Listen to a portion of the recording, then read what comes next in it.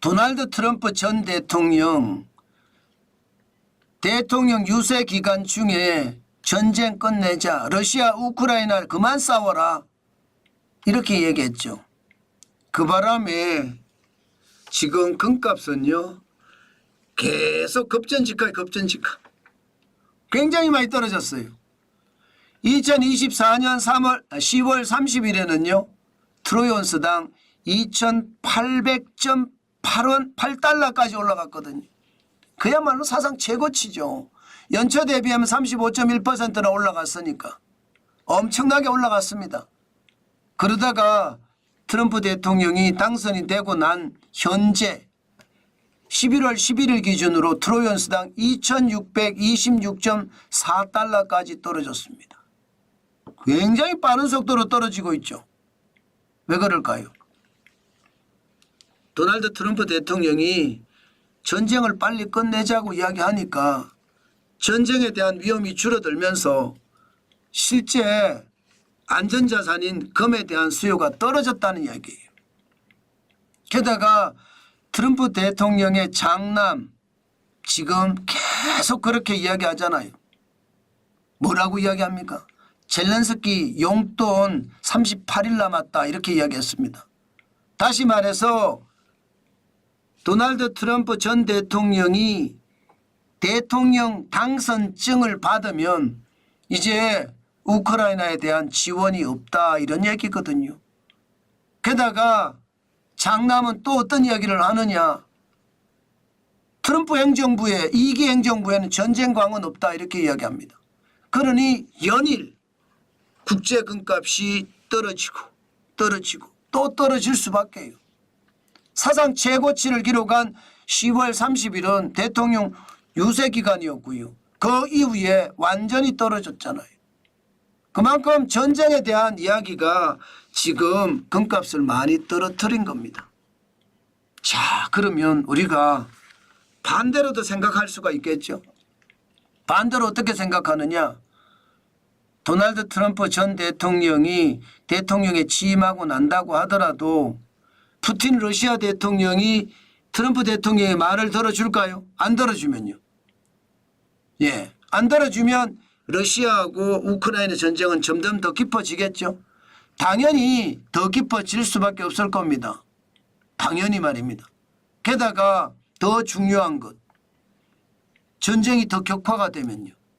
만약에 우크라이나가 먹히기 직전까지 만약에 가게 되면 그러면 무슨 문제가 생길까요? 지금 파병된 북한 군사가 11,000명이라고 합니다. 지금 결전의 날이 이제 지금 현재 시작이 되고 있다고 해요. 5만 명. 러시아 북한 병사가 지금 크루스크 주의 우크라이나 점령지 쪽으로 공격을 하고 있다고요. 5만 명이. 5만 명이 동시에 공격을 하면 여기는 어떻게 될까요? 또 한번 뚫리겠죠. 예, 그러다가 키우, 여기가 얼마 거리가 안 됩니다. 이게 수도거든요. 이 키우로 만약에 진군을 하면요. 그럼 어떤 일이 벌어질까요? 반대 현상도 일어날 수가 있습니다. 예, 다시 말해서 개입 안 하고 그냥 우크라이나를 러시아에 넘겨주면 모를까. 예, 우크라이나를 러시아에 넘겨준다 그러면 우크라이나만 넘어가겠냐고요. 몰도바는 안 넘어가겠냐고요.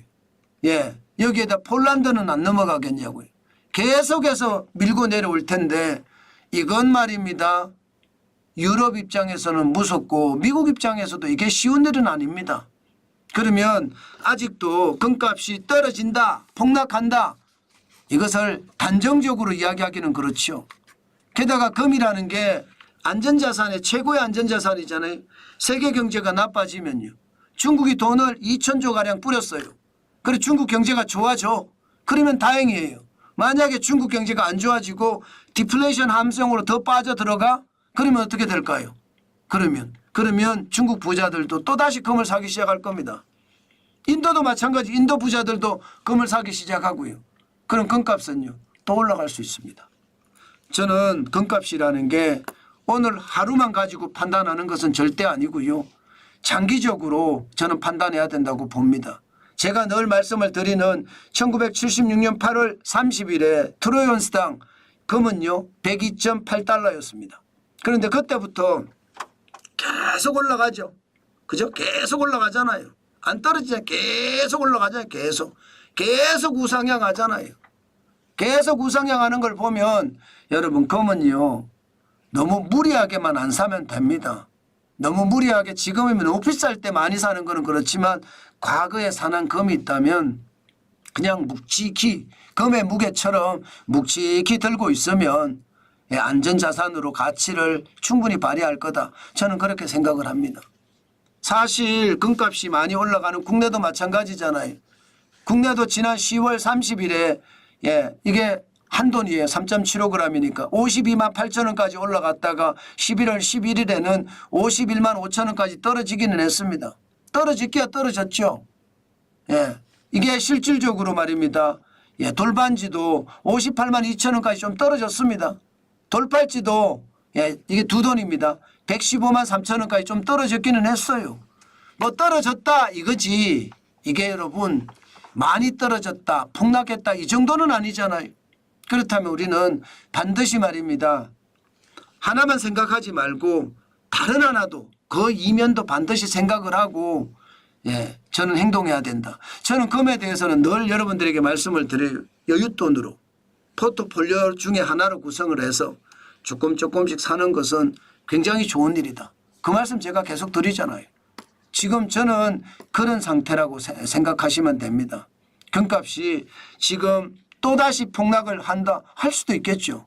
그러나 결국은 안전자산을 찾을 수밖에 없고 역사적으로도 보면 금은 계속해서 우상향을 하니까 포트폴리오 차원에서 여윳돈으로 조금씩 사는 것 저는 그것은 굉장히 좋은 일이라고 생각합니다.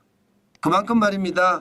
시장에 불안감이 있더라도 안전자산인 금에 대해서는 많은 사람들이 선호를 하기 때문에 금은 산다. 그래서 금값은 뭐 너무 걱정하면서 가지고 있을 것이 아니라 여유를 가지고 천천히 시장을 보면 된다.